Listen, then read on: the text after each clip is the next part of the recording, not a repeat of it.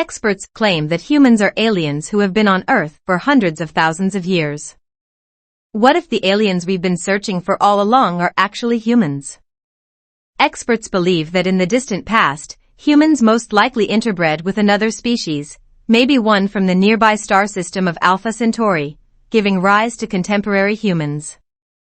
Archaeologists discovered the Tablet of Kish, which is thought to date back to the year 3500 BC, in Tel al-Uhaymar, modern-day Iraq, the location of the ancient Sumerian city of Kish. According to the Sumerian king list, Kish was the first city to have rulers after the flood, starting with Jushur. Kulasinabel, the name of Jushur's successor, literally translates to all of them were ruler in Akkadian. As a result, some academics have hypothesized that this would have been meant to allude to Kish's temporary lack of a centralized power. This antiquity is thought to have existed over a century before the Sumerian cuneiform script and Egyptian hieroglyphs. One of the earliest ways that man distinguished himself from the animal kingdom was the development of the capacity to communicate ideas through written language. Since then, humankind has created computers, divided the atom, invented electricity, and sent a man to the moon. We have made advancements that other animals have yet to make. No other species on Earth has achieved such extraordinary feats in such a little time. It's interesting to note that human evolution has been rather rapid compared to other species on the planet. The first hominid to walk on Earth was here quite recently, maybe a few million years ago. One of the most important scientific problems of all time is why only our species has developed to this level of highly superior technical intellect. Although there are many intelligent species on Earth, none of them employ technology the way we do. Imagine for a moment supposing humans had to revert to the forest and find a way to thrive there. The majority of them would not survive for a very long time, according to several specialists. In addition to their intelligence, experts generally concur that humans are not well suited to inhabit a variety of habitats.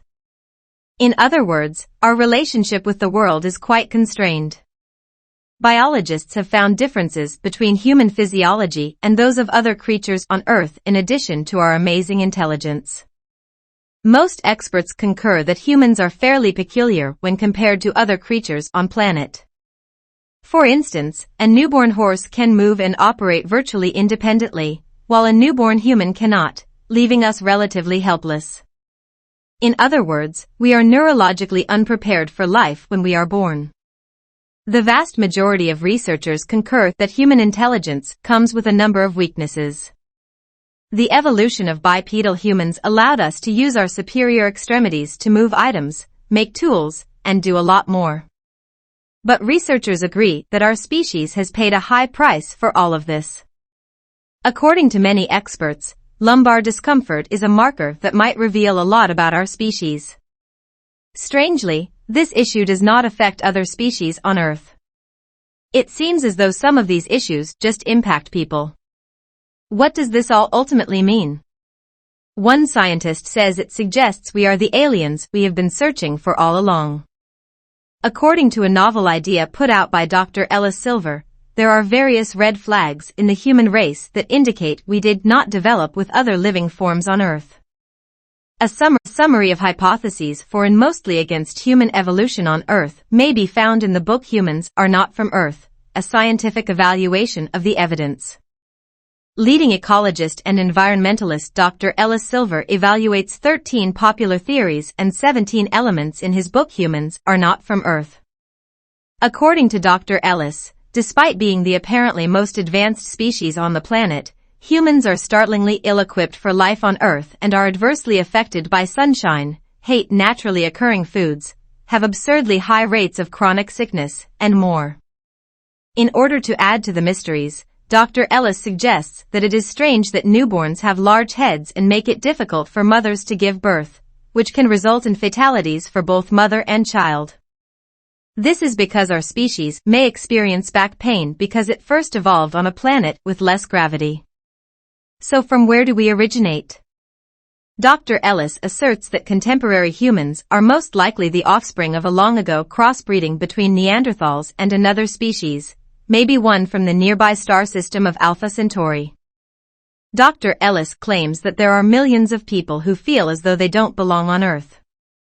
This implies, at least to me, that humanity may have evolved on a separate planet and that we may have been transported here as a highly developed species, says Dr. Ellis.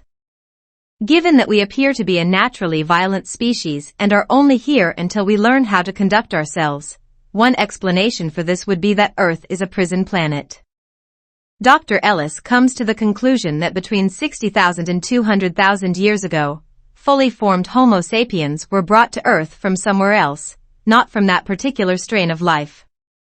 Furthermore, as stated by Robert Sepher, contemporary DNA sequencing shows that mankind as we know it is a mixed species, with a much more cryptic reality underlying it all, rather than simply one single race that descended from the same progenitor in Africa. The issue around Rh-negative blood has generated a lot of queries. Theories suggest that everyone's blood would be compatible if humans did, in fact, originate from a common ancient African progenitor, but alas, this is not the case. This poses a number of issues that science hasn't been able to fully resolve.